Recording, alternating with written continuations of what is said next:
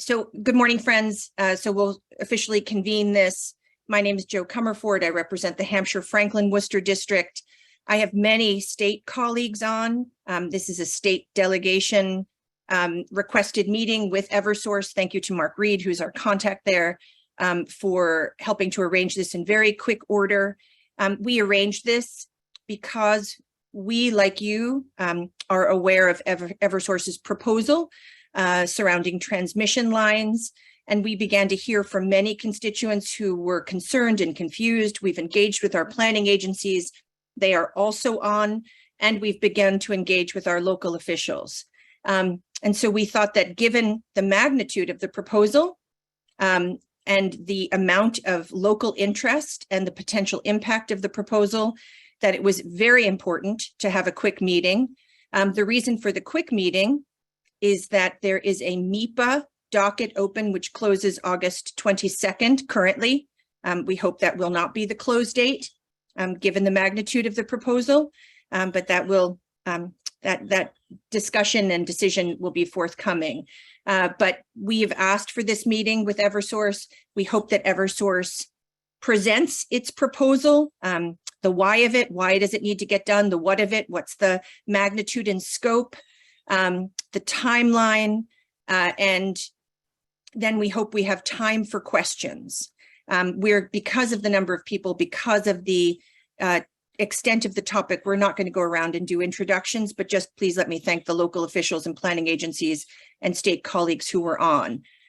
So I'll turn it over to Mark. Mark will help us know who's on from Eversource, and then we'll go into the Eversource presentation.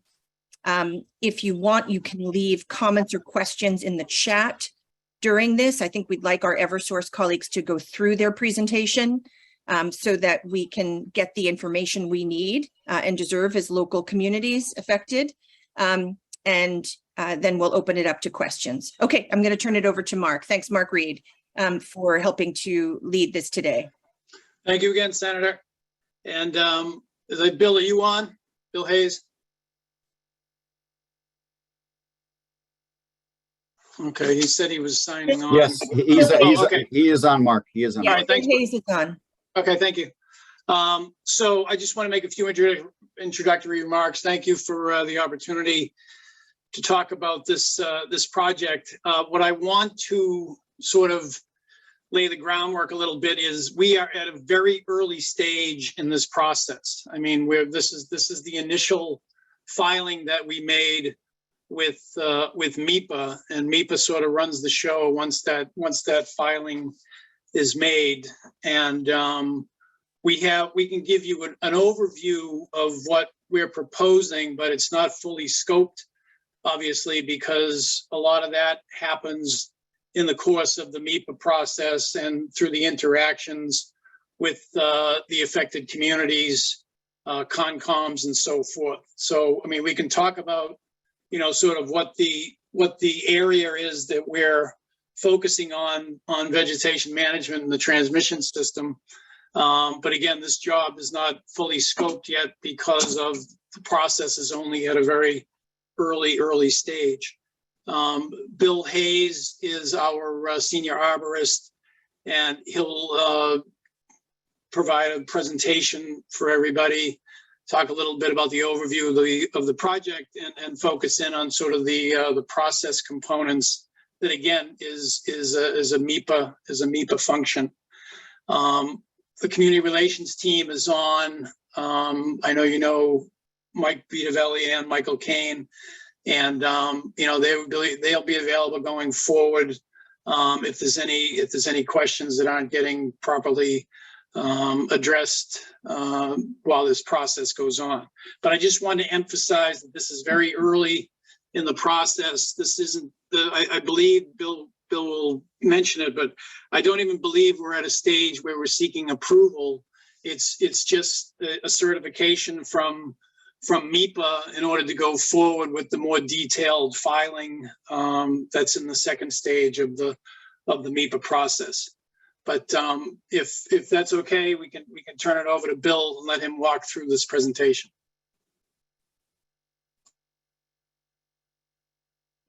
Okay, Absolutely, so please. Bill Hayes here. Can we hear me? We can, Bill, thanks. Excellent. I'm calling through my phone, so a little tech issue there. So we got this first slide here. This is, the Eversource Transmission Vegetation Management Department initiated this maintenance project. This is right-of-way 11.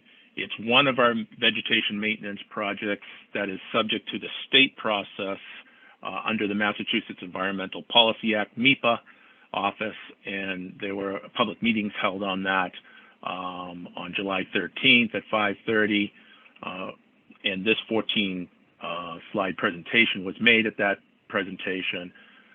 Some of the core team that was involved in that of the disciplines are transmission veg management, which I am, the environmental department, and project services are the core, along with others. And then the following day on July 14th, we had a field meeting per the Meepa office and visited 5 field sites. If we go back one slide, this is the agenda that we went through, and it highlighted everything from the overview, the benefits, the particulars of the project, the different impacts and thresholds of permits required, interaction with different agencies and the mitigation, and then different types of outreach and opportunities to participate in this process, and then ultimately the Meepa schedule and public comments.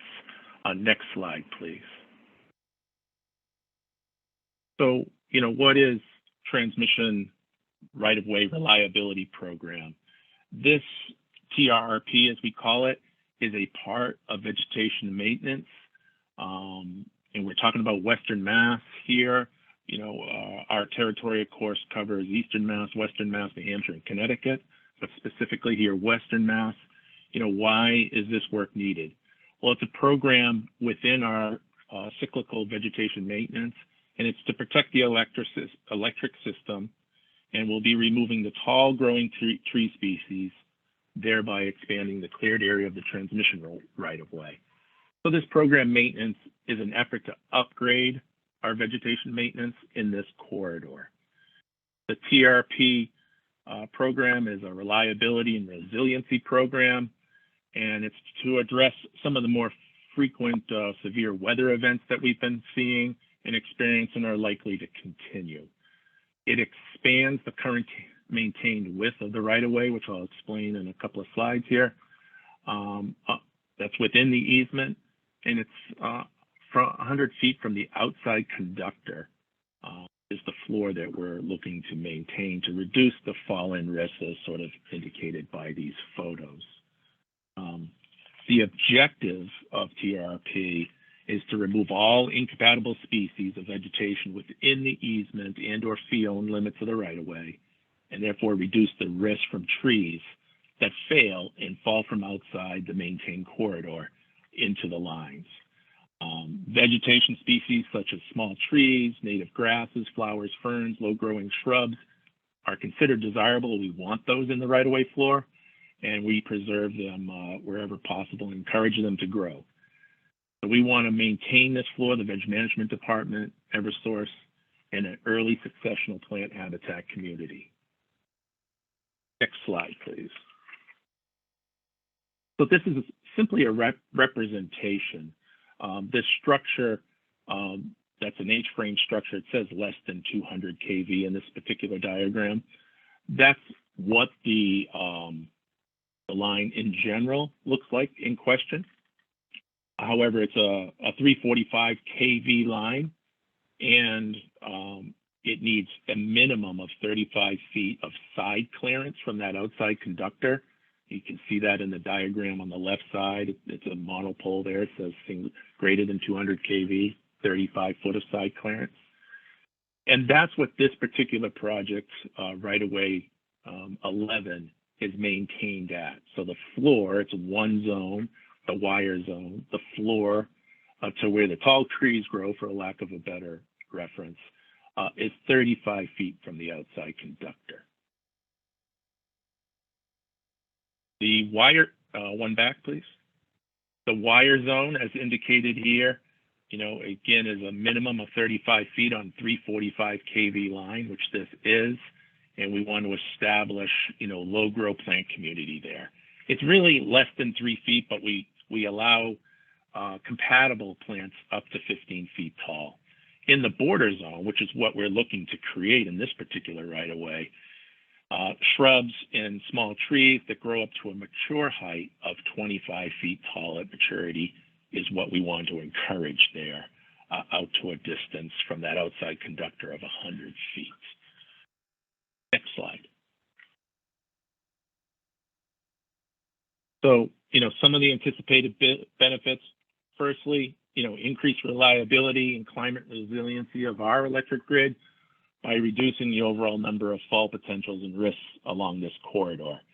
And some of the other benefits, we'll expand that early successional habitat, the small trees, shrubs, ferns, etc. And this is habitat, and one of our other regulators is involved with us with this, and it will increase the diversity within the floor to an early successional stage. And then we'll be reducing the amount of potential entries into the right-of-way for disturbances, from our line department needed to get access out to our right-of-way if a line is impacted. Next slide, please. So this is an overall representation of the line. It's traveling, up from Northfield in the upper left corner, down, touching in the town of Wendell, through Montague, Leverett, Shutesbury, Pelham, Belchertown, Amherst, Granby, and down to the Ludlow station, which is down on the bottom right.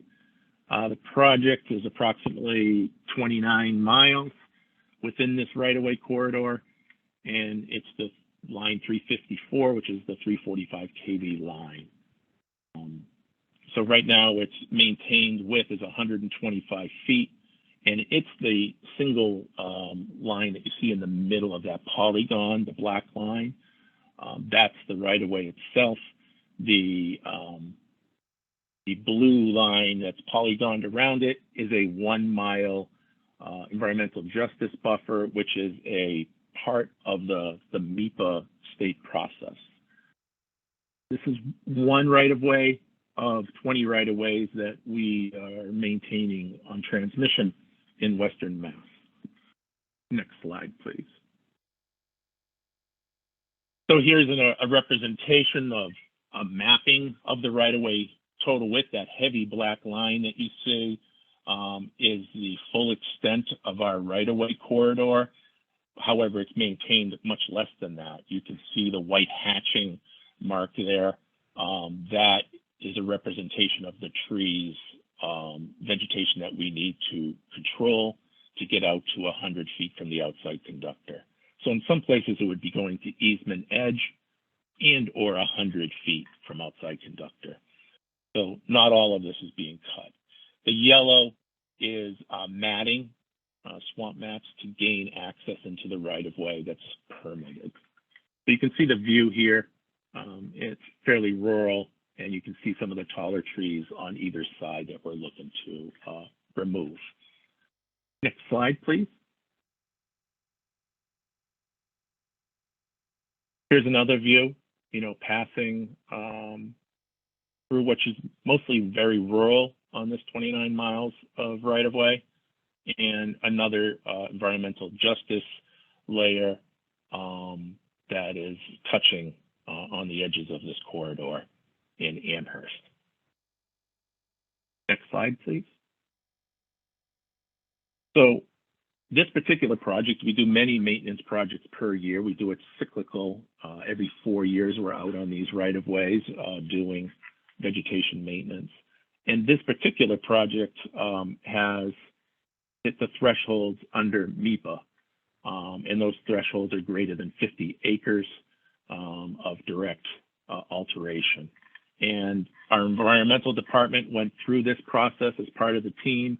And these are the impacts here that are indicated that met that threshold. And so we're going through that Meepa process now. That was what the hearing was for. We submitted a single environmental impact permit to Meepa, and then have been going through this process due to the thresholds that are found in this chart. You know, everything from Wetlands Protection Act to 401 Water Quality Certification to the 404 Clean Water Act. You know, all of our projects, regular maintenance, we do go through those, but those are the next steps after Meepa. Not all of our maintenance projects go through Meepa first, and that's where we are. We're at this first stage. This particular project does hit that Meepa threshold where the others do not. And then, you know, the other agency that we work with is Mass Wildlife, you know, the Natural Heritage Endangered Species Program. And this project also will likely require a conservation management permit. So those are the thresholds that we have exceeded in order to go through this Meepa process. Next slide, please. I'm sorry, I'm just going to jump in super quickly. Can you go back to that other slide? One of the things that we've gotten a lot of questions about, so I'm just going to break my own rule and ask you to answer this. I see the permanent tree clearing of 370 acres. Now, when you look, and that's on the first row, and I see the temporary construction mats at 8.5 acres. Then when you go down to the wetlands, is that an additional 33 acres, for example, of tree clearing, and in that second row? And is there another under the rare species, another 111 acres, or is all of that rolled up into the 370? My understanding is that rolls up to the 370s. Those are subsets within that permanent tree clearing. Okay, can you get confirmation for us that if it's your understanding and that's— Absolutely. We'll get confirmation for that, Senator. Yeah, I think that's really very, very important. Okay, thanks. Keep going, and then we'll open to questions. Sure. So this, the agencies that we interact with as part of this process, and then, you know, once we go through the Meepa process, if a certificate is issued to us, whether that be under a draft environmental impact report or a final environmental impact report, then we go through these other agencies more vigorously. Mass Department of Environmental Protection has different mitigation requirements. The municipal conservation commissions, you know, have been notified under this expanded environmental notification. Heritage under Mass Wildlife is involved when rare species are impacted, and if necessary, a conservation management permit will be required and is anticipated on this project. And the Massachusetts Historical Commission is also involved in any of the areas that we're impacting. Next slide, please. So as part of the mitigation, you know, our routes with matting and whatnot to access these trees, you know, we're using the best management practices to avoid and minimize the amount of matting, which is the best management practice, but, you know, looking to make that as least impactful as possible. You know, we're soliciting feedback from the different agencies here, whether it be Mass DEP or the conservation commissions, the local environmental groups. And, you know, we're looking for other land preservation opportunities to mitigate for some of the trees that are removed in this project. The rare species, you know, minimize and avoid is part of that program. When we do maintenance, whether it's this or any other regular maintenance project, time of year restrictions is part of our conditional exemption with Mass Wildlife. So there's entry periods depending on what that species is at times of year. And so we schedule based upon those sort of things. Sometimes plant surveys or whatnot have to be done in June, July, August, rather than November or February or something like that. And some of the project is, you know, determining if there's any habitat enhancements that we can do there. And then there are certainly mitigation measures that are consulted and calculated with heritage. Next slide, please. So our outreach that we do for all our vegetation maintenance, We do, in a combination with my department, Transmission Vegetation Management, and with Project Services, which is another department within our company, reaching out to all, local governments, abutters and landowners. And in Massachusetts specifically, we also have the 220 CMR 22 regulation that we follow, which is a minimum 30-day advance notice to the DPU and municipal officials and abutters. And besides having a mailing, we also do it by a door hanger to all those abutters. And it has, the description of the work, the schedule, contact information. And so that's a minimum. We do that out ahead of time, 30, 60, 90 days ahead at least.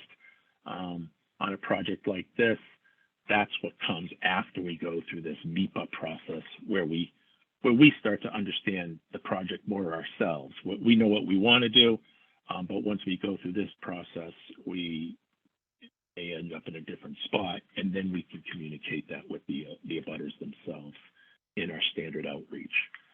Some of the other enhanced outreach is through the Meepa process. And again, environmental justice, EJ as it's called, is a newer component of that. And we're exploring with the state on how to navigate through that. These are some of the things that we've done in this particular line, having a pop-up event and door-to-door outreach with folks that are impacted, whether it be income or ethnicity. And we did that through Project Services. We're looking to do other outreach opportunities in those communities, and are working with Meepa on that with our Project Services group. Any folks that have requests for site meetings with property owners, our team will go out there and discuss it with those folks individually, exactly what our intentions are at that location. Next slide, please. So here's the state Meepa schedule. And you folks can read these dates and times, and it's a process of going through the Meepa process. As I said, we did have our public meeting in mid-July there. We did do 5 sites that Meepa asked us to go visit the next day in those locations in Wendell, Pelham, Belchertown, and Amherst. And there were 2 sites in Amherst in particular. And we reviewed those with the folks that were involved. And, here we are at this part of the process here, submitting a supplemental expanded environmental notification form to Meepa August 5th. And as you know, the public comment period, August 22nd. Hereafter, as we continue through this process, Meepa may issue a certificate to us with a scope, whether that be a single environmental impact report. If it's a draft environmental impact report, we'll go back to them with more information based on their comments, and then that will be reviewed again through the Meepa process.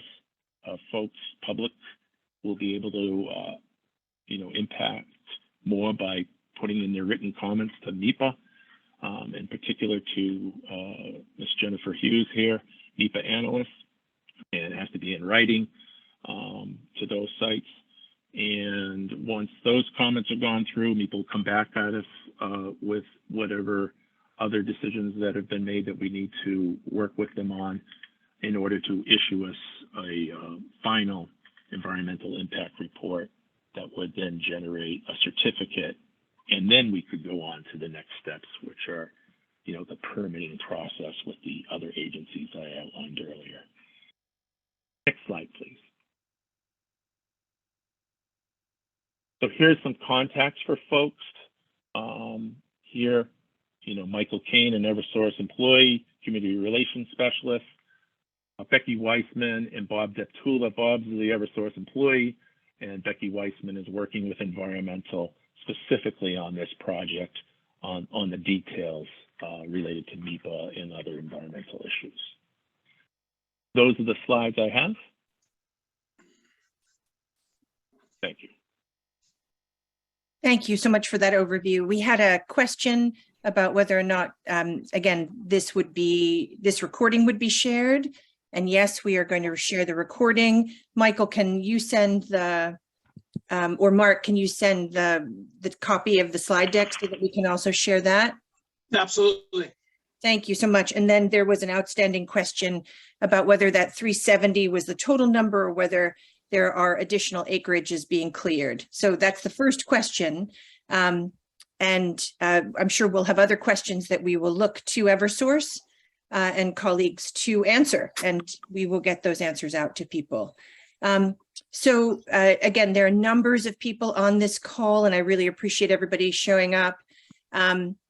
I think we should go right now into first hearing from planning agency officials, if they would like to ask questions or make any comments to let us understand how they've engaged, and then we'll go to town officials for questions and comments. Excuse me, Joe, sorry to interrupt. So there's a scientist who rearranged her schedule to be here and she can't be here long.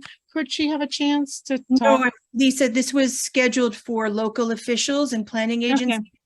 All right, so, thank you. you know, I'm sorry, we didn't have any notice of this, and I would feel very badly that I've asked for everybody's time. Okay. So certainly, you know, I'm sure folks would like to hear what Susan has to say. So, but this is just not the forum for it. Okay, I'm going to turn it over to either FERCog or for PVPC folks for questions and comments. I see Gary's hand up. Thank you, Senator. I just thought we could ask Eversource right now, are they open to an extension, and would they make that request to Meepa, given that that's somewhat of a desire that was talked about early on today? Yes, I had talked to the senator about this, and she had expressed her concern about the tight timeline, especially given the interest that has been conveyed to her office. So we will request an extension from Meepa to extend the public comment period, and we'll do that. We'll do that today as a result of my discussions with the senator and what she conveyed to me as her concerns. That's very kind of you, Mark. Thank you. I think everybody will be very glad for that extension, given, again, I don't think we were collected in our thinking, you know, local officials and state officials. And so this will give us time. I would request an additional at least 3 or 4 months so that we can make it through the summer where lots of folks are away and local communities will have time to meet. You know, these local folks, they need to gather on a timeline that works for them. So we can, you know, loop back after that, after this meeting to think about how long the extension could be for. I see Andrea's hand up. Hi, Andrea Donlin from the Franklin Regional Council of Governments. We were able to attend the Meepa Zoom meeting in July. Myself and Kimberly Noack McPhee attended, so we were able to ask a bunch of questions then. We were not able to attend the site visit that was held the next day. And I think in a nutshell, some of the comments that we have submitted already, which we submitted a letter on Tuesday thinking that the deadline was going to be on Monday. One, we recommended that a draft and then a final EIR be required because Eversource submitted an extended ENF form and then requested a single EIR, which would mean that there would be no further comment periods through the Meepa process. So given the extent of the impacts of the project, we felt like it would be important to have additional public comment on the environmental impact report. So I think that's just one thing I wanted to point out. And then also Eversource has not identified any other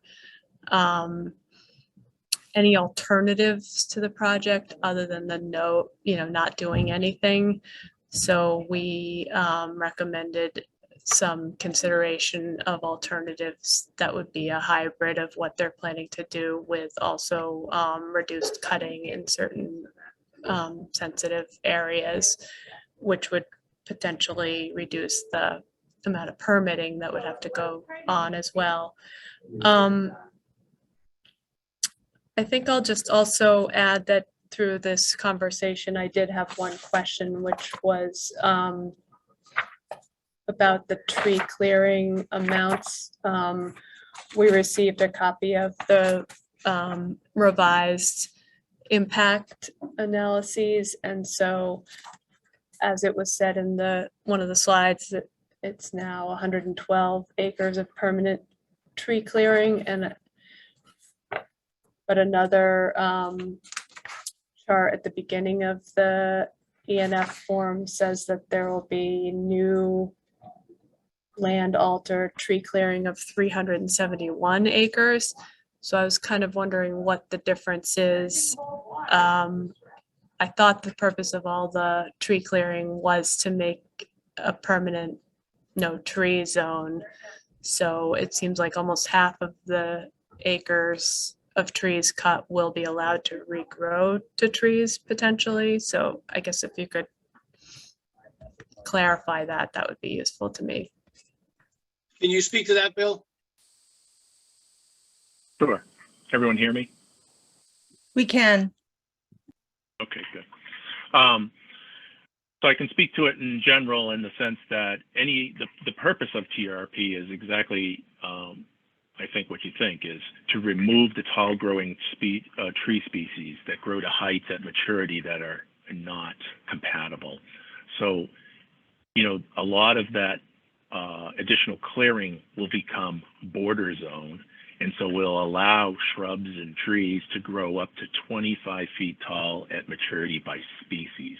And very deliberate about 25 feet tall at maturity by species. So, if red oak or red maple or sugar maple grow back or white pine seeds in, we would continue with maintenance of removing those in our 4-year cycle maintenance.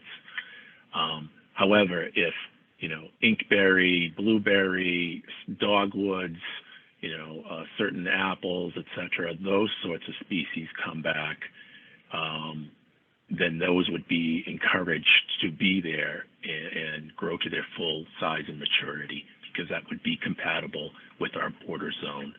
And they would never have the potential of coming in contact with our conductors. Does that answer your question?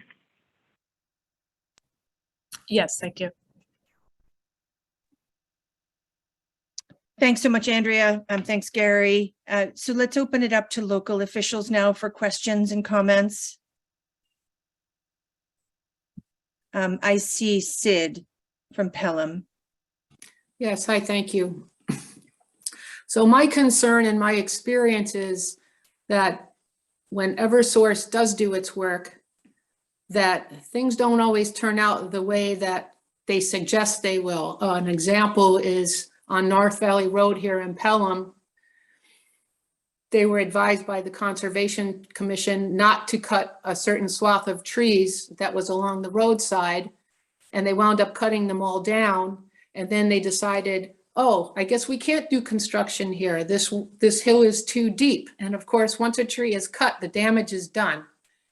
And the Conservation Commission wasn't even totally aware that they were doing that.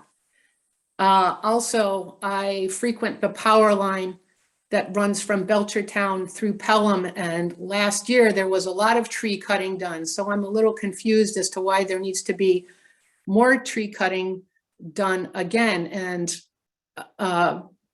I'm just wondering about that. It already seems like that was finished and now they're going back there. So I'm confused about the frequency of that. Thank you. Thanks, Sid. Can you speak to the cycle, Bill, that we're on? Yeah, I can speak again to the cycle. We veg management department. There are other departments involved in our company, of course, that aren't veg management, but we maintain the maintenance of these right-of-ways every 4 years for full maintenance. And that will include tree removals. This project here hit that threshold to trigger a Meepa process, where most of our veg management does not trigger that. So this is a more extensive maintenance than the every 4-year maintenance that we do. So, you know, on top of that, we patrol these lines at least once a year, if not twice a year, every single one of them on foot and by helicopter, aerial patrols. And, you know, there's storms that happen and whatnot. Other activities happen along our rights of way, and we react to those, you know, on an ongoing, constant basis. So we might go out to a spot, you know, whether there was, you know, storm damage or some other activity going out there, and we may remove certain trees that are more of an immediate threat to the line within the right-of-way bounds prior to our next cyclical maintenance. But that, you know, that's a very case-by-case basis. We pretty much stick to the every 4-year vegetation maintenance. And as I said, on this particular right-of-way, we're out at the minimum clearances to the line, and we want to be in a better spot than that for, you know, for the future resiliency of this line, upgrading that veg maintenance. Thanks, Bill. Thanks, Sid, for the question. I see Miriam, then Lori, then Erica, then Dan. So Miriam from Shutesbury. Hi, thank you. Thank you. You mentioned in your presentation land enhancements being proposed or considered for mitigation of habitat. Could you elaborate on that? Sure. That usually involves, you know, natural heritage endangered species program. It can involve some of the other departments as far as their recommendations. But that can be part of the conservation management permit. And, you know, we can build onto, usually with, you know, conditions in the right of way, build upon that with other plantings and or even at another location. Sometimes these CMP permits are not on this particular right of way, but because of the impact somewhere else within, you know, a certain distance of this right of way, Heritage, Mass Wildlife will, you know, ask us to participate in mitigation projects there. So that would be one type of enhancement. The other is, you know, if we're impacting someone's landscaped area of their property that abuts up to the right of way or into it, you know, we will take mitigation efforts there to help, you know, if a visual interest is there, you know, help buffer with compatible species on or off right of way with plantings there to help buffer that out. So we do that on a case-by-case basis on whatever that particular property owner's needs are. But in the right of way itself, sort of the more wild part of it, you know, those are things that we do in concert with the other agencies as to what kind of projects they would like us to help them out on in those spots, and part of the mitigation of us doing the maintenance. So that could be pollinator projects. It could be specific to different rare species that are maybe impacted by this project. Thanks so much. I have the list now is Lori, Erica, Dan, Nina, and then Adam. Lori from Wendell, welcome. Thanks. I was just curious if you have numbers of costs or outages that have occurred that are the fault of these tall trees that have made you decide that this is a needed project that has to be done. So I don't personally have those numbers. In vegetation, in transmission vegetation management, our goal is 0 to have any trees hit the power lines. These are the backbones of our entire grid. And, you know, they're the major electric highway to serve all the communities, you know, throughout our system. So our goal is 0. And within the confines of what we can control within our right of way, that from a veg management perspective is an obtainable goal. So when the trees are from outside our easement right of way corridor or fee-owned corridor, then we have less control, although we do take measures there too. Lots of times we'll go to individual property owners if we see a tree that's, and our arborists patrol these, you know, at least once a year. If we see trees that are a hazard to that corridor, that transmission corridor, we will talk to those property owners and see if we can sign up to get their permission to remove them.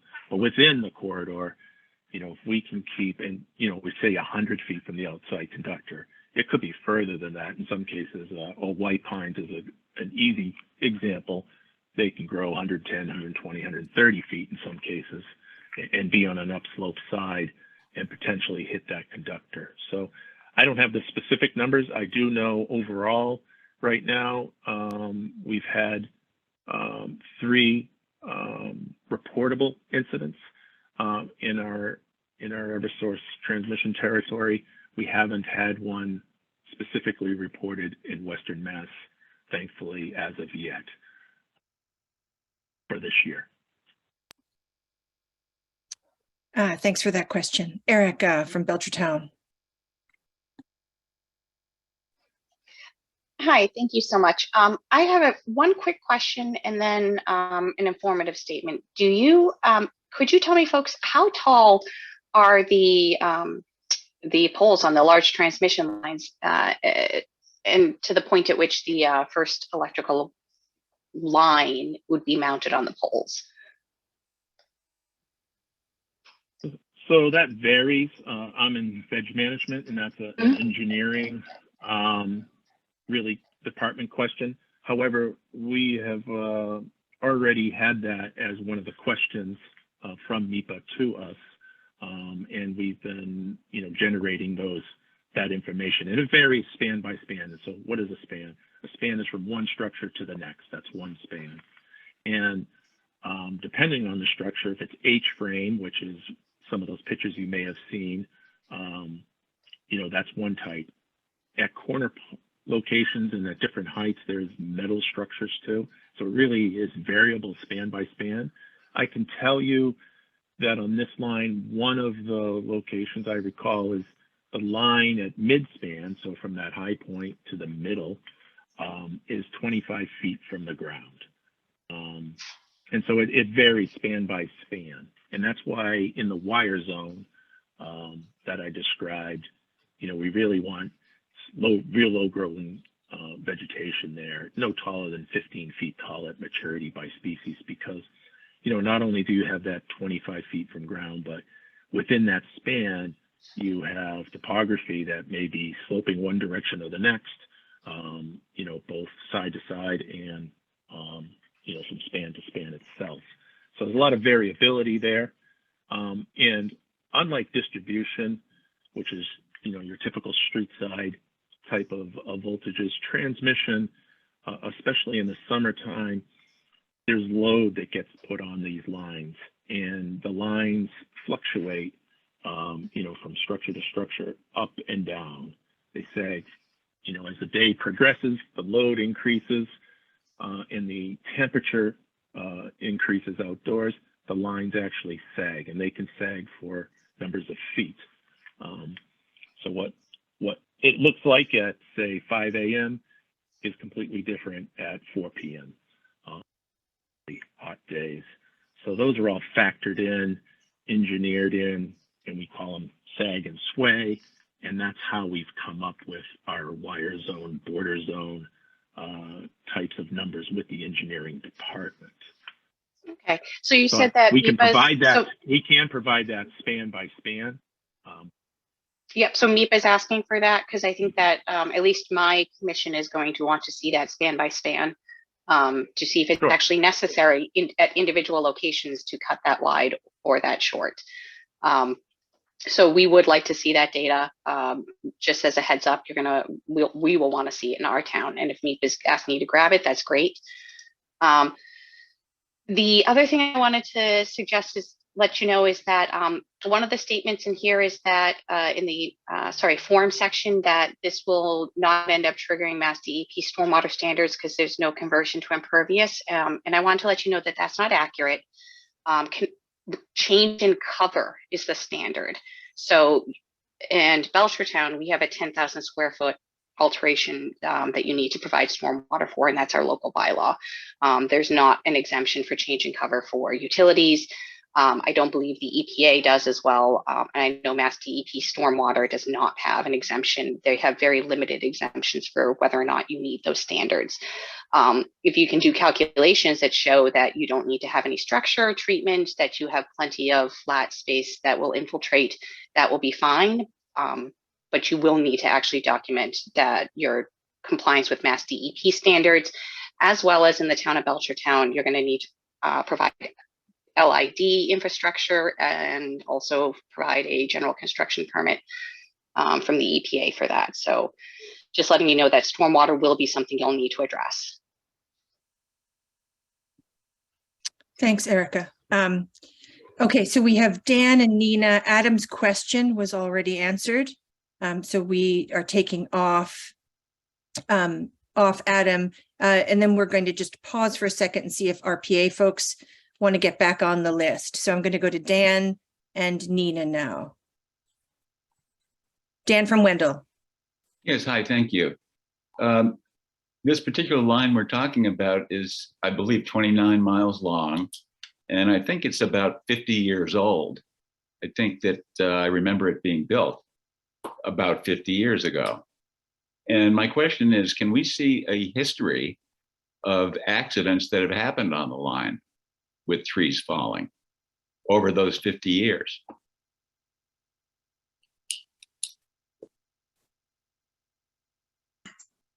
Yeah, I'm sure we can get some data on that to you. Thank you. Thanks, Dan. Nina. Nina from Wendell. Okay. Hi. Okay. Yep. Perfect. So Eversource, I don't know whether you're called North Star or what your relationship is. Would you please always make it clear what your relationship is between you, SWCA, your consulting firm, everyone on your side is getting paid today, and for all of your energies, hoping to provide access to electricity. We felt highly disrespected as abutters because we were not notified directly. I heard through a grapevine that the July 13th meeting was occurring.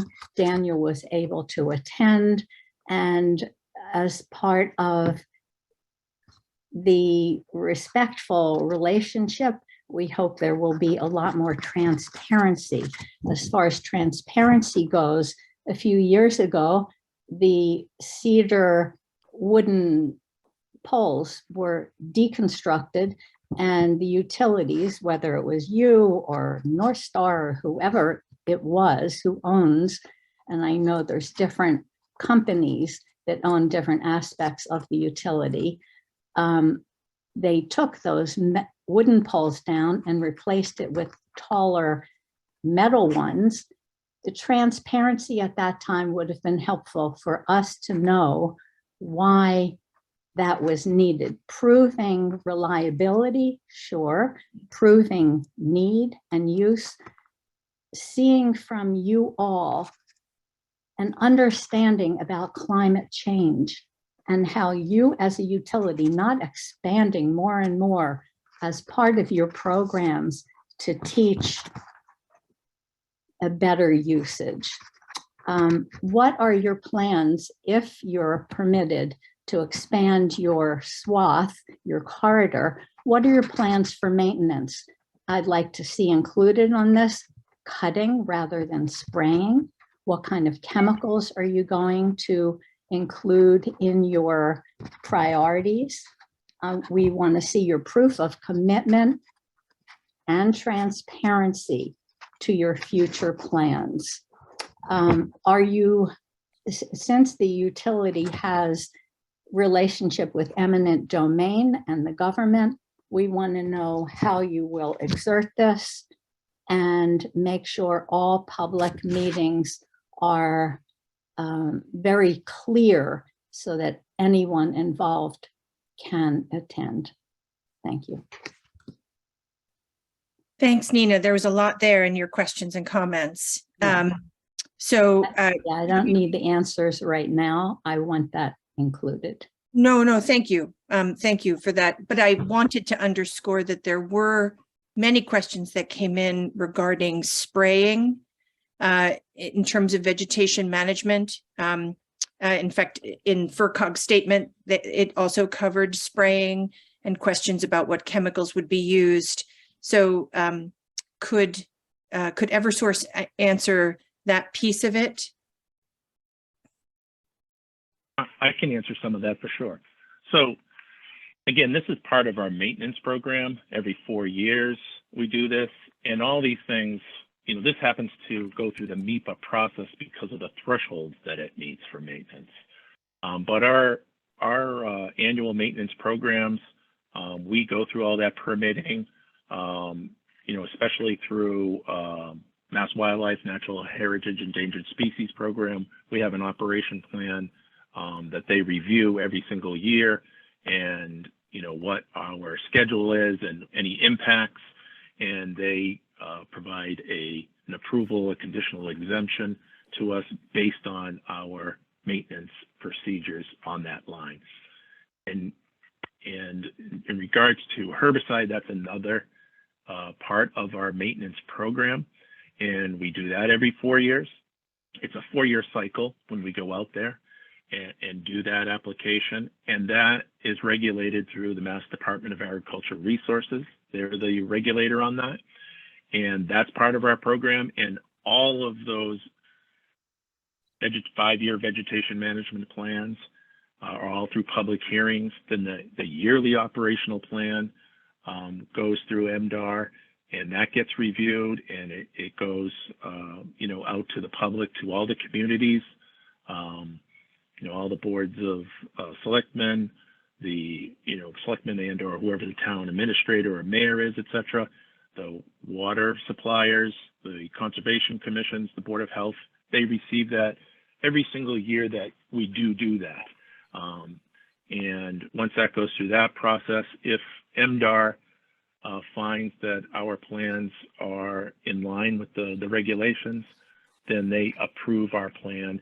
But all those, if certain products are going to be used, different chemicals, we really do this mostly through low volume foliar backpack, 4-gallon backpack, and we manually go up to the incompatible species, you know, and what would those be?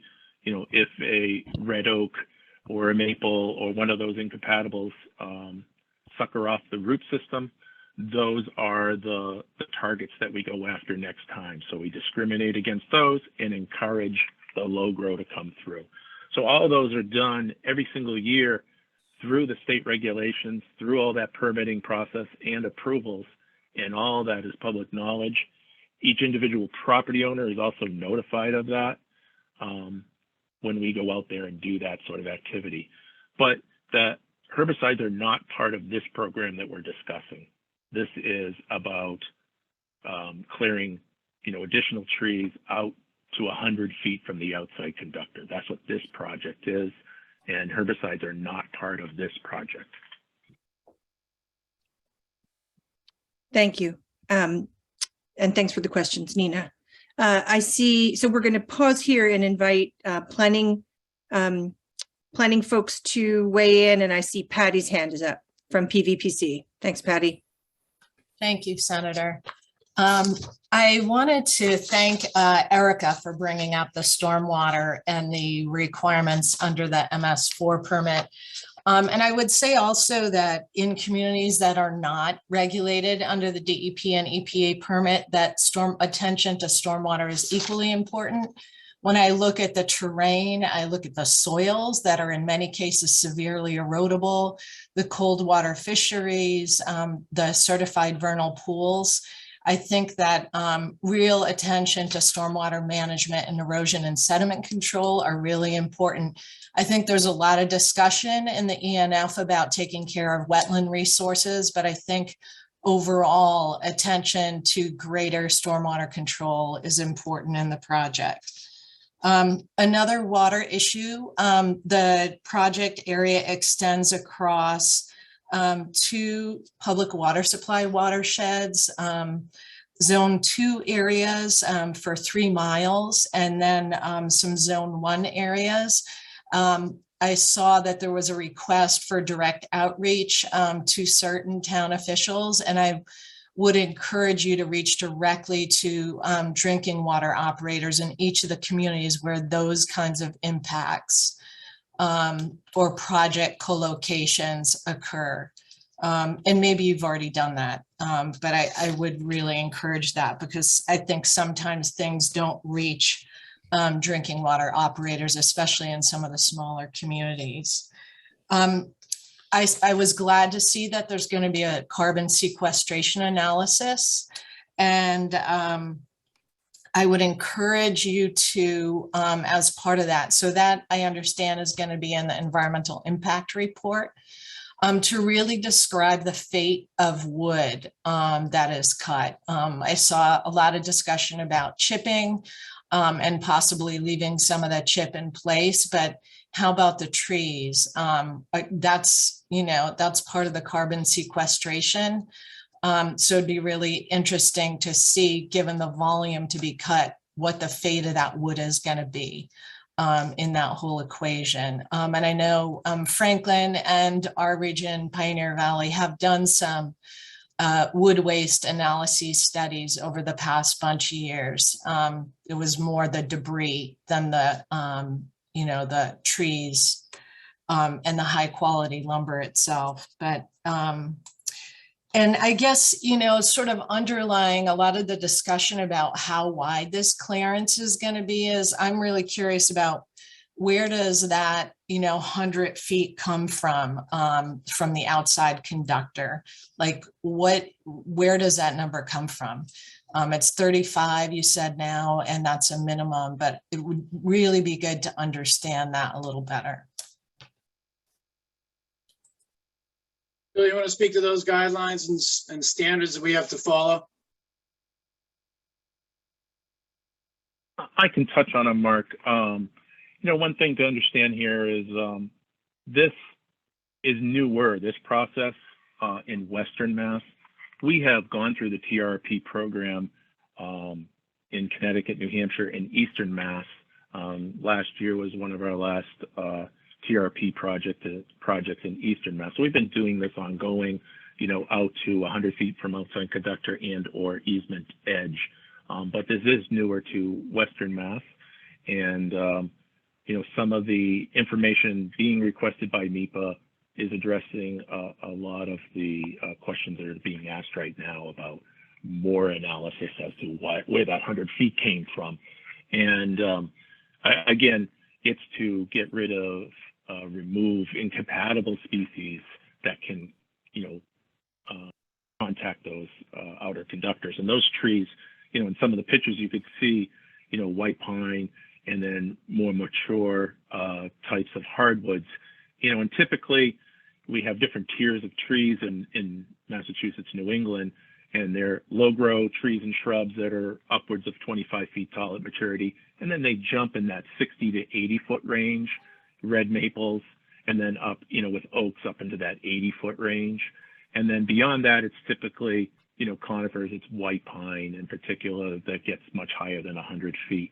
So abstractly, that 100 feet is based on those species, removing those and encouraging over time the lower grow trees and shrubs out there. That way, if the trees are removed and they're not there, then there's no potential for them to hit that conductor. So, that's a very broad brush explanation of that, but we're providing some of that data and information through this Meepa process right now with more analysis on, what species, where these locations are that, maybe they're even further out than that, or maybe they're less than that from that 100-foot from outside conductor. But this is a TRP climate resiliency project for the future. As we get more of these storms, as the heat is here, we all know that for sure in recent times. This is for the future. The future, unfortunately, in many cases is right now. And we've been doing this throughout our system for quite a bit of time now. And in Western Mass, this is where we're focusing right now over the next few years, doing these TRP types of projects to improve our vegetation maintenance out there. So there'll be a lot of your questions there are coming through, our next reports through the Meepa process.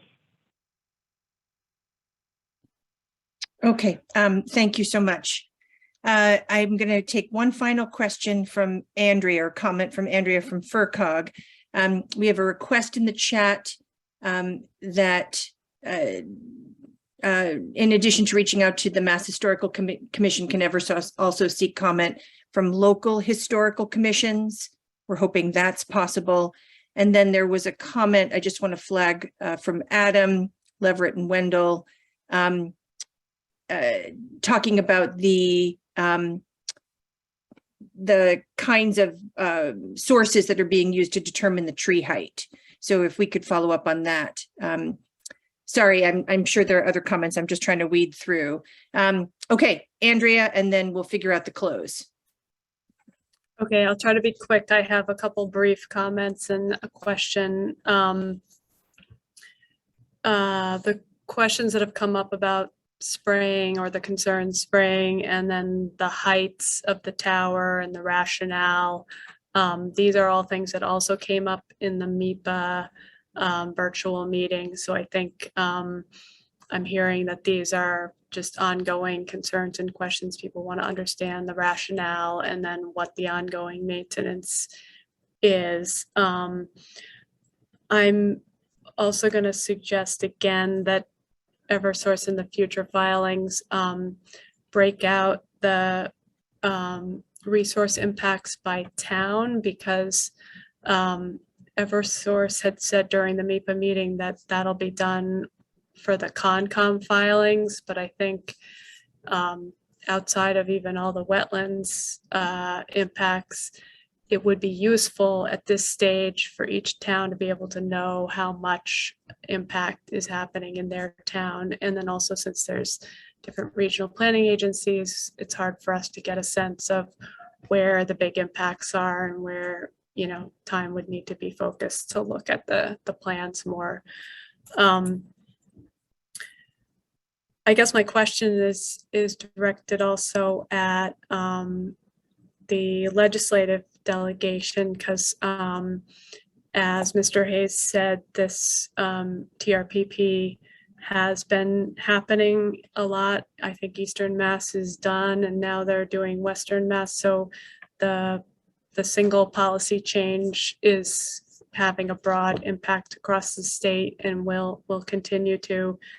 Wondering, and it's geared at reliability. There was a climate bill that was just signed into law this past week, and I haven't dug into the details of it, but I read that there was some requirement about grid modernization. So I was just wondering if there's any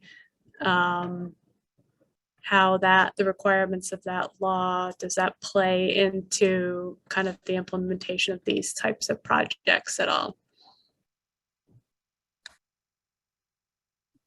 Andrea, thank you for your question. Let me just take the first thing you said about the environmental impact per town.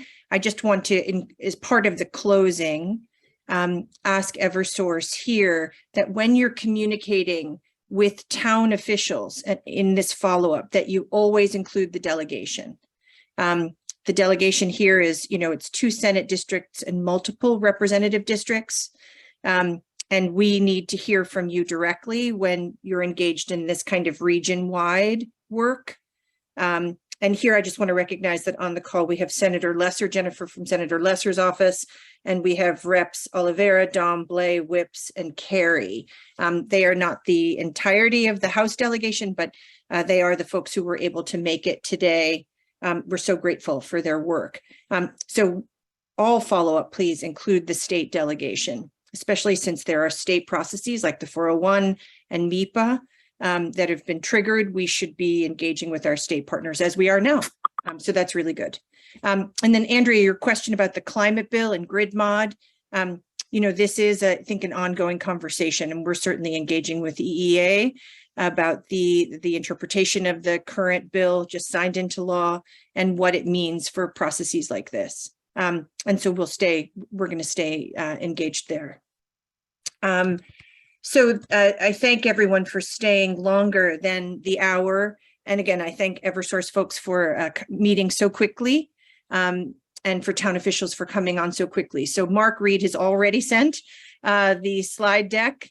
We will get this recording loaded up into our website, and then we'll send it out to the town officials that were on the initial email. So FERCOG and PVPC, House members and Senate members sent to the town officials they had on their lists. They'll get this information. We'll make sure everybody gets this information to send out. I want to thank Eversource for already agreeing to extend the Meepa process. And so we'll work together to determine what the right extension date is. And there's a bunch of follow-up here. And what I hear we want some very sharp numbers here, cumulative impact, and then town by town impact.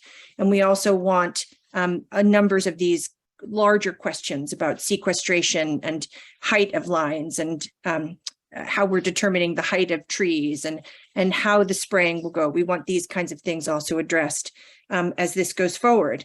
And as I think Eversource folks said, this is the beginning of a much longer process, years long in our region. So we'll have to stay in good communication throughout. Mark, do you have any, or anybody from Eversource have any closing comments? No, I just thank you for the opportunity, and thank to all the participants. And we know that a lot of these issues that have been raised are exactly what the Meepa process, among other processes that we'll have to follow in permitting, will all address. So I look forward to working with all of you, and thank you again for organizing this, Senator. Thank you, Mark. And actually, I just wanted to also say, in addition to the materials, Andrea from FERCOG offered the FERCOG comment. PVPC, we're also happy to send out your comment, but we'll send that out because we have it as a follow-up to this, so that folks are understanding what planning agencies, and thank you to the planning agencies, God knows we need you, are saying and doing on our behalf. Okay, friends, that's it. I really appreciate you all, and we'll, I'm sure, speak again soon. Bye-bye.